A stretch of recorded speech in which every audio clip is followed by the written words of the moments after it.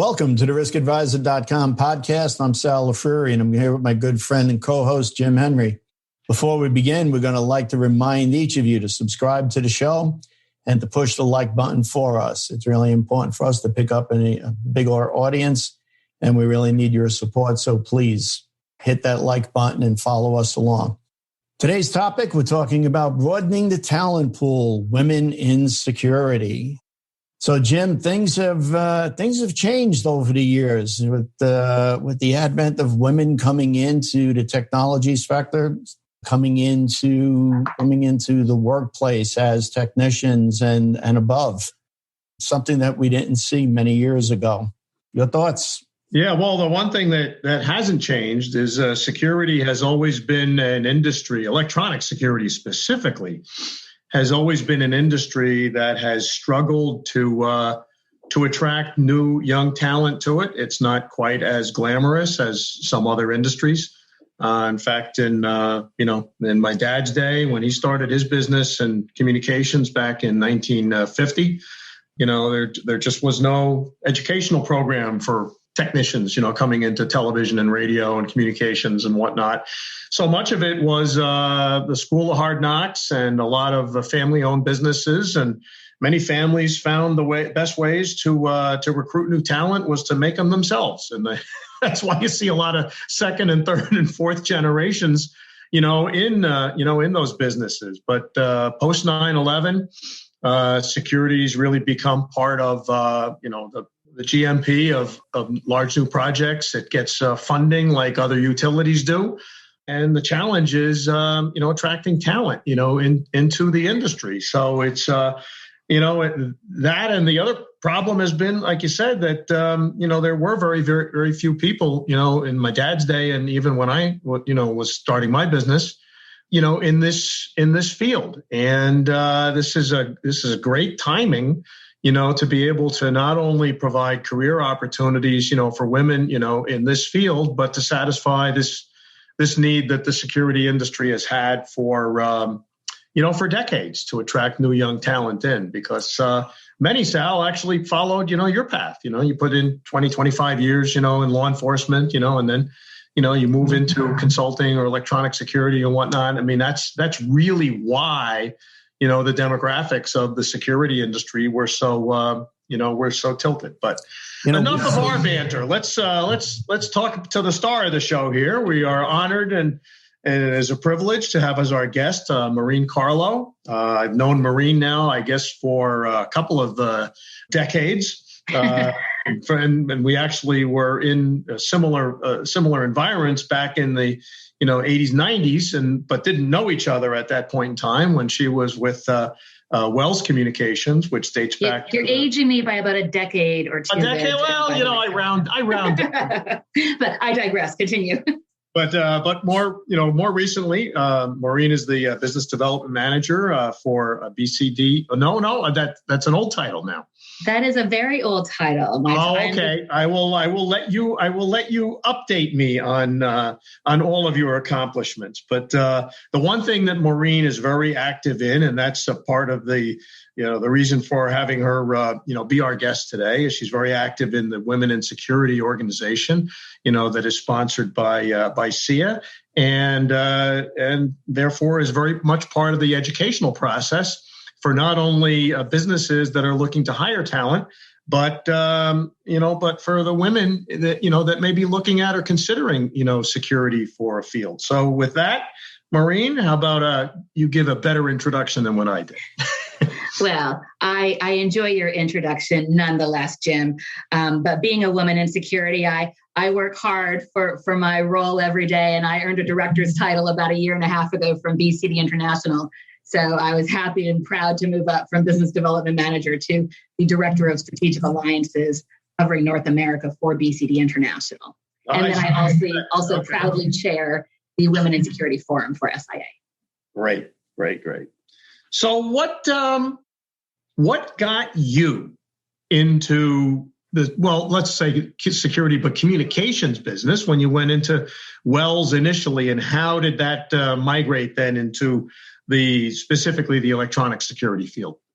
Well, that's a story that I probably have had more fun sharing with you I think the reason you and I bonded the first time, I remember sitting with you at a bar at PSA Tech in Westminster, Colorado, and we were discussing both being Motorola 2A radio dealers in our past life.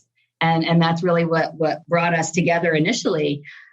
So I did start out working in fine dining. I was not intending to be in sales in technology. I think for many people in our industry, we came into this kind of by accident. But I had an opportunity many years ago, around 2005, to join a company part-time selling communications technology business to business. I was selling Nextel phones, working to government entities and C-suite level at businesses. And the company that I worked with, Wells, as you mentioned, they were a Motorola 2A radio house. And I discovered working with them that I quite enjoyed technology, which I had always been a fan of, but I wanted to learn about the technology more in depth, because here I was initially selling phones, but I wanted to sell on value. So I started participating in some education, and I remember going to my first Motorola conference and thinking, oh my goodness, there are 495 men and 5 women in this room. Like, what is up with this industry that it's so male dominated? I wasn't prepared for that. I wasn't startled by it, but I hadn't been in this industry before, so I wasn't expecting it. And then as my awareness of an interest in technology grew, that brought me into learning more about security. Our company was dabbling in CCTV and analog video, and I learned about something called a VMS. So I wanted to take it upon myself to become more involved in security. And that's when I transitioned my role from being a communications consultant to a security integrator.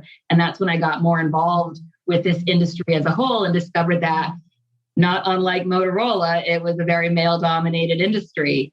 So in order to get involved, I needed to do something to stand out a little bit more. And that was really educating myself in the industry. So in those early days when the numbers were that skewed, there's probably some people that kind of looked at you and said, what do you really know about, security? Because there's not been a lot of people from your background in that, in that field. But I imagine you also had a lot of encouragement. So, kind of share some of the experiences both ways. I did. And I'm going to say I definitely had more encouragement than the opposite.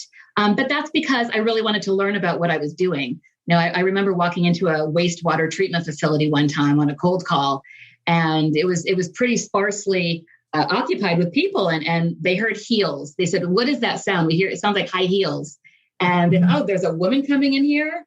And I went in to talk with them about their business. And they were surprised that I had actually done my research and I understood their business. But I had one great experience, I remember, once I was pivoting to the security role. I was going in to meet with an IT director of a municipality. And it was the same week as ISC West. But I did not know what ISC West was, being the largest security conference in North America. So my rep that I was used to dealing with to help answer questions and provide some technology, guidance and support for me, he wasn't able to come to this meeting. But I thought I was pretty well prepared. And when I went into this meeting, the IT director, after a while, he said, "Maureen, when did you become an IT person?" And I'm looking around the room thinking, me? But I was so impressed with myself that he believed in what I was saying and was listening to me as a subject matter expert, helping introduce something about our technologies with IP video that he'd not experienced before. So I was very fortunate that along the way in those early days, I did find many male allies who wanted to work with me because I was coming in as a subject matter expert in an area where they were not getting educated properly. So I always felt as though I wanted to be more of a trusted advisor who could help educate. And people took me seriously once I provide valuable education. Well, you say that you were fortunate, but I am a firm believer that you make your own luck. And it was always that energy and that zest for knowledge and being a subject matter expert, that had me, be one of your great advocates and the number of the career paths that you've been in, because that's really that it's whoever, coined the phrase, 80%, perspiration and, 20% whatever. But, it's very true. It is very true. And that really has been a positive differentiator for you and for anybody, regardless of what man, woman, whatever. I mean, that's really what it takes to be successful. I think in most businesses, this is the industry that I know, and I can certainly vouch for the fact that that it is critical here. So when we go into the second segment, we'll talk a little bit about the logistics of now how to kind of tear down some of those barriers and develop that level of interest there to be able to broaden the talent pool.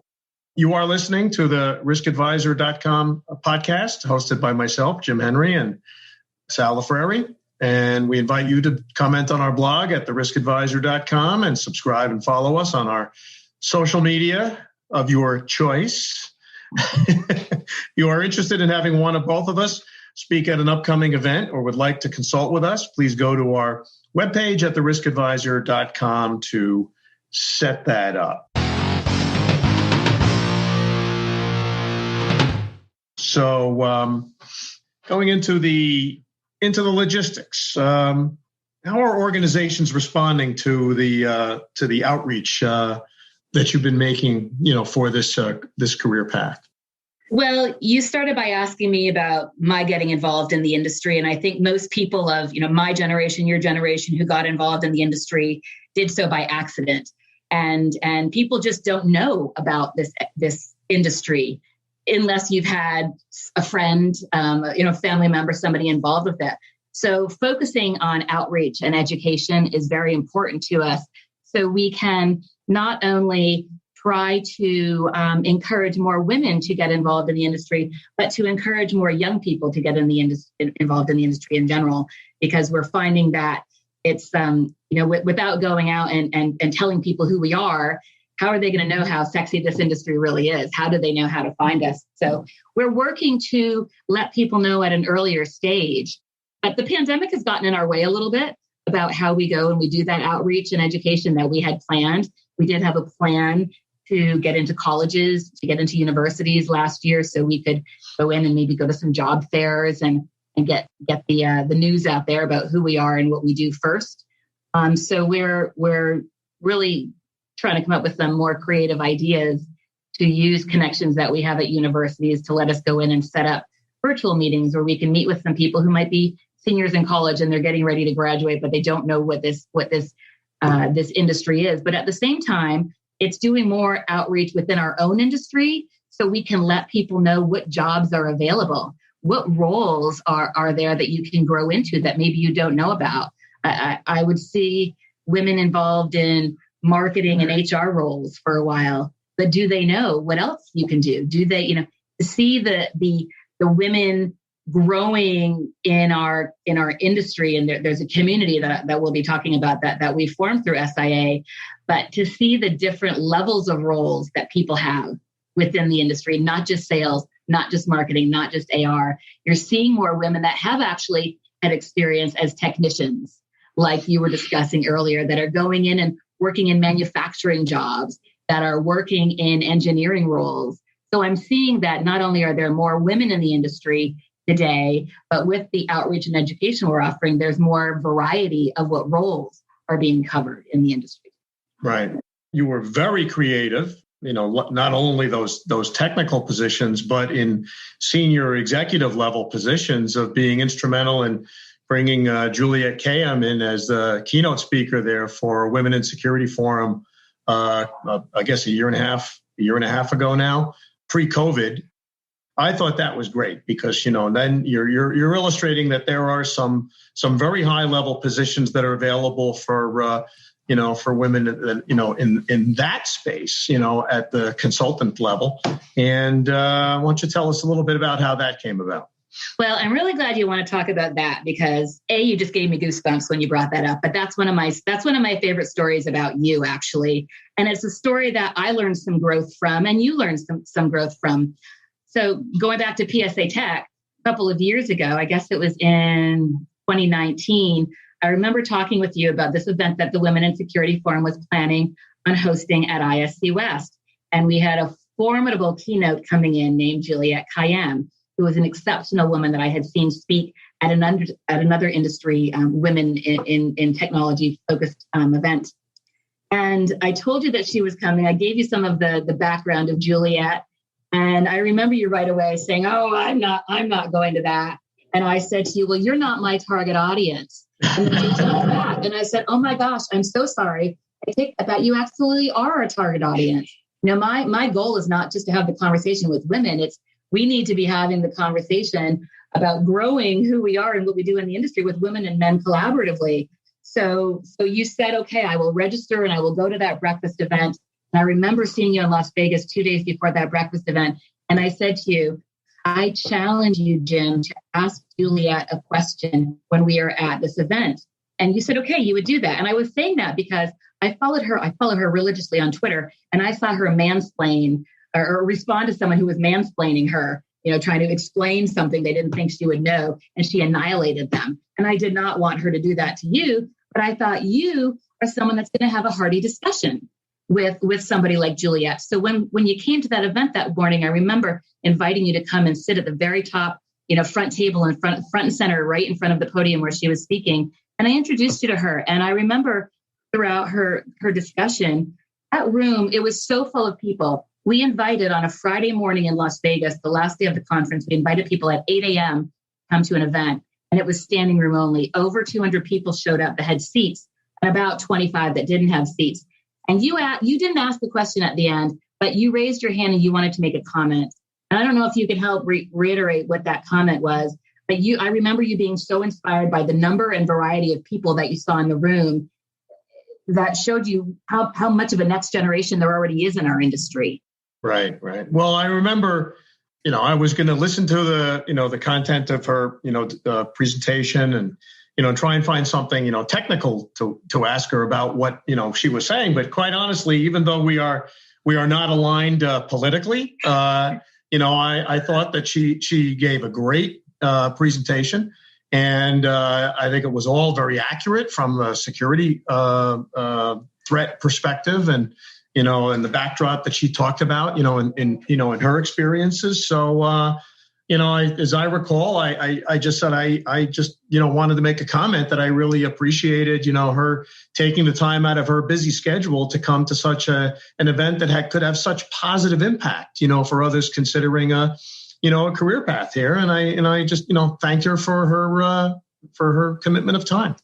But in addition to that, you were also, you specifically commented on the fact that it drew such a massive community into that room. Oh, absolutely. And the fact that it was inspiring to see so many young people and such a diverse audience within that room. That's when what you were saying, it was very heartfelt about the audience and what we were doing for the industry with this forum, not just Juliette. And that is what made me cry. But not that I want to get political here, because with you, we never want to do that. But you just mentioned politics. When Juliette sat down that day at the table after her presentation, you leaned across the table and you said to me, "I'll be her campaign manager." So that's how much you were inspired by her and believed in her too, politics aside. Had to be a weak moment. No, it was a very authentic moment. It was really beautiful. It literally did make me cry. No, she did a great job, but kudos to you and to the other women on the council, for thinking, in that direction and recognizing, you do need some star power there to have people pay attention, to the opportunities there. But, there's no kidding aside, there are real extensive career opportunities here. I really don't see, and that's why I was asking you those early questions. I don't see any real legacy pushback of any scale from the industry, at this point with regards to, embracing, talent coming into this industry of all diverse backgrounds. We really do need that young talent. I remember, I was at a conference out at Park Ridge, Security Exchange. And, this is a decade ago, and John Nemirovsky was chairing a breakout session that we had. And he says, I'm there with all my other competitors in the integration business. And he says, "Okay, I'll I'll be the one that puts the turd on the table. We're all hiring each other's people from each other. And, that's not working for anybody. So we got to find a way to get more talent into this industry and more young talent into this industry. And that was, I've told this story a million times because it really is so true. It's the difference between successful companies and unsuccessful companies I think in any field, and security is certainly one of them, is the quality of the people that you surround yourself with. So you do not want to, you don't want to leave any stone unturned there with regards to bringing in those, making those opportunities out there and really making an attractive career path for people that would want to stay. And they're not going to stay unless they feel appreciated, unless they feel properly compensated, and of course have that drive that you come in with of just, I want to learn. I want to learn more, and, I want to make a constructive, contribution and be viewed as a trusted advisor, by my peers and by my customers.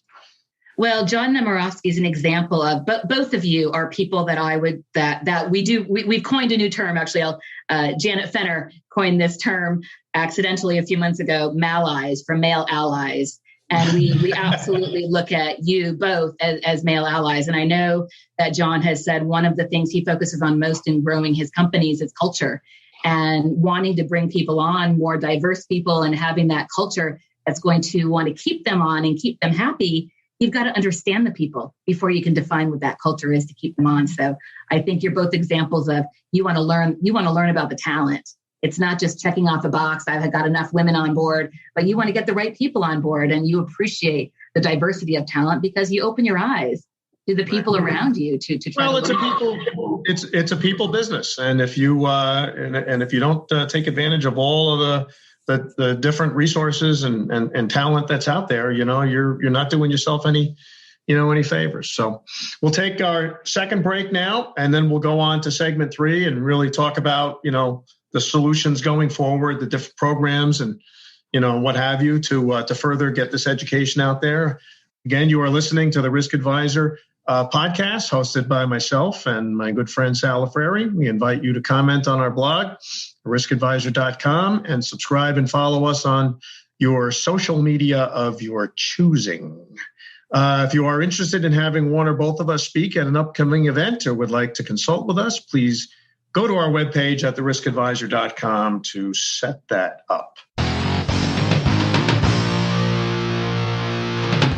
So we talked education. Let's continue to talk education as really the key to broadening this, and maybe go into a little bit more onto the Women in Security organization and others that you are collaborating with to try and help with this process. Thanks. So it's especially relevant that we're having this conversation now. I know you and Sal and I have been talking about getting together since you first announced on LinkedIn in the fall that you were going to do this podcast. But March 8th is our anniversary. It's our 3rd anniversary of forming the SIA Women in Security Forum. And our anniversary is in conjunction with International Women's Day. And being International Women's Month, again, there are no coincidences in the fact that here we are making this conversation happen. But I'm extremely proud of what we have been able to accomplish in the last 3 years in forming this special forum that the Security Industry Association basically recognized as a need and a want by so many people in the industry. And I think what we've done in the last 3 years is create a foundation to empower women and to influence change in the industry. And it all started by having, I believe there were 7 or 8 women that Dawn Erickson, the CEO of SIA, asked to form a group. And we got together and we didn't quite know what we were going to do. So we had to start doing a lot of homework on ourselves, on our goals. And we created what is now known as the Women in Security Forum. We got a logo, we got a mission statement. We worked with a coach so we could really understand what is a mission statement, what is a vision statement. There are a lot of people that have mission statements out there. It doesn't mean they're good ones. There are a lot of groups that have formed over the years that have a women in security focus. Some have lasted, some haven't lasted. So we wanted to understand, what is the purpose of our group? What are the limitations of our group? Do we want to be another social network for women, or do we want to actually do something? So I don't have our mission statement in front of me, but the tagline that we use is empowering women and influencing change. And we wanted to be certain that our group is inclusive. And we wanted to be sure that there are men that are joining our group. You are an official member of the Women in Security Forum, Jim. We have quite a few members. And together we've worked to just enhance the voice that is shared in our industry. We've put together something that has now grown to about 700 members in 3 years that we formed. And we have a LinkedIn page. Anybody can follow. It's SIA Women in Security Forum on LinkedIn. And if you go to the SIA website, you can register for our forum. And what that's going to do is give people an opportunity to stay in the loop of the networking opportunities we offer, of the professional development opportunities that we offer, of just because the pandemic has happened, we haven't slowed down at all. I think we are trying to find more ways to make people feel like they're part of the community. And what we're understanding in creating these opportunities for our community to grow is there are so many women in the security industry. We might not have thought that before, but we've had some networking events recently where we have a virtual meet and greet. And I remember there was one day in the fall on one of our meet and greets where most of the women on the call, they had been in the industry for over 2 decades. We thought, wow, look at this. You think that this is a new industry for so many people. Diana Hanna was one of the women. She's been in the industry for a long time. Antoinette King, she's been in the industry. I met her when I was an integrator. She's been in the industry for 20 plus years. Min, 20 plus years. So there are so many people that have been here for a long time that haven't necessarily had that platform to get involved. And it's all about, we want to make a seat at the table. We want to join the conversation. I don't want to see panels on the stage at events in the future that are all men, because it just gets a little boring when we have some very qualified subject matter experts in the industry who don't want to just talk about diversity, but want to talk about analytics and cybersecurity and the skill sets that they're so educated in, haven't known where that platform is to get involved in these conversations. So I believe that what we've created in these first 3 years, it has been allowing us to build this foundation to focus on items that seem to be priority needs for our community, and then get more people involved. And as we build a more inclusive environment to participate in our events, to participate in our subcommittees, to step up and volunteer, to join our speakers bureau, things that we've created, we find that diversity comes with inclusivity. So we've been creating something that truly is influencing change. Just look at Security Next last week. You're not seeing all male panels. Now, Andrew Lanning, he vowed a year ago, I will no longer be on a manel. We call that was a term that came out, on all male panels. I don't want to see all female panels. I just want to see a mix. I want to have that collaborative conversation, because we've all got so much to offer and such different voices in offering things, that it's been really beautiful seeing people come together in a collaborative way to share our voices, young and old, new in the industry and experienced in the industry, to learn from each other and support each other, because it's all about who is that future that's going to take over when you retire, when I retire. We know you're never really going to retire, but who are these next people that we can trust and count on to bring something more dynamic to this industry, because they're in a different generation and have a different cultural background. Right. Well, you already answered the question I was going to ask. Sorry.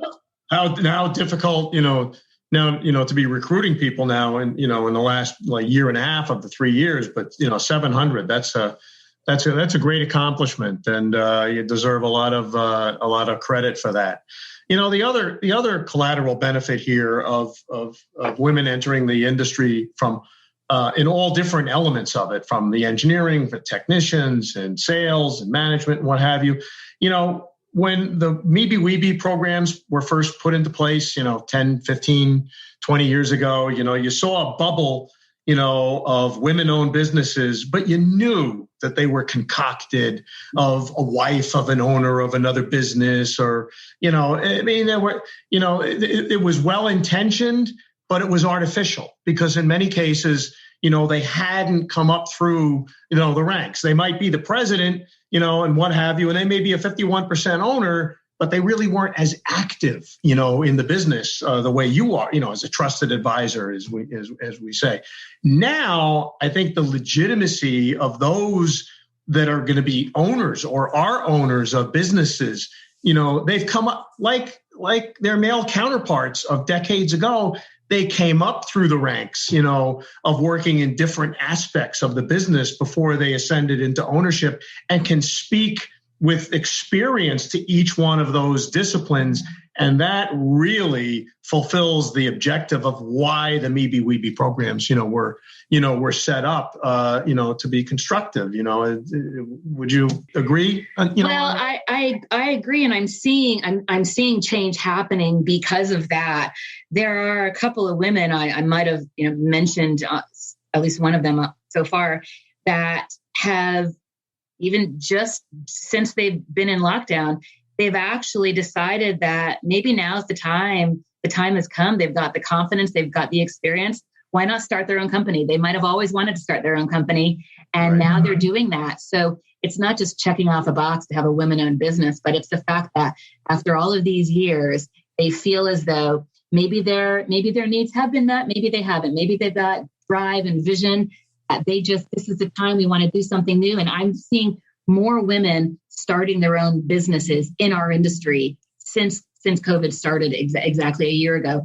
And the support system that they're getting from other women to help with that encouragement and coaching has really been, again, this is why I call this a community, because there's so much to be proud of. But seeing women take that next leap and start something they've been dreaming of has had a lot of... Is that an active discussion point or a service that the Women in Security Forum is actively looking at promoting, within the community? Not right now. Where I see that stemming from is the fact that I don't know if you're familiar with this term, but there are a number of us that have, we say we found our tribe, and I would consider you part of my tribe. You're part of that close-knit community. You're a trusted friend, someone I would go to. And when we say our tribe, there are a group of women that have gotten very close, or groups of women, I should say, because they've met through the Women in Security Forum. They've shown up and taken part in the activities that we have and found people that were more relatable to them, that they felt that they could be comfortable in sharing their concerns or their dreams with someone who really understood it, who might have experienced some pitfalls or hiccups along the way that prevented them from doing something. So maybe it's something we should talk about. It's not intentional, but it just is the fact that we found a comfort zone. So many of us have found a comfort zone in one another, that we have become each other's trusted advisors and allies and support systems. And that's grown to helping these changes come to fruition in people's careers. And but you're right. Maybe that is something we should look at, formalizing. Sal, you saying something? No, we're just running long on time, FYI. Okay. So, all right. With that, so Maureen, our listeners here, if they're interested in learning more about the Women in Security Forum, or those that are listening that are interested in talking to the organization about career paths and whatnot, what's the best way for them to reach out and contact you? Please either go to securityindustry.org/women, and you can register for the forum there. Follow us on LinkedIn. Again, that is SIA Women in Security Forum on LinkedIn, or link me in, Maureen Carlo on LinkedIn. And I'm happy to have a discussion and connect you with our steering committee members and see if there's a place to fit you in if you want to volunteer. Thanks again for being our guest today. And again, appreciate all the energy I knew you would bring to the podcast. You have been listening to the riskadvisor.com podcast, hosted by myself, Jim Henry, and Sal Lafreri. We ask you to subscribe to this show and like us on the social media of your choice.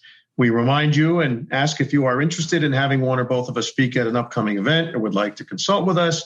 Please go to the webpage at theriskadvisor.com to set that up. Remember, you can hear the show on your favorite podcast platform, YouTube, and of course, stream it at theriskadvisor.com. Thanks again for listening, and hope you will tune in again next week.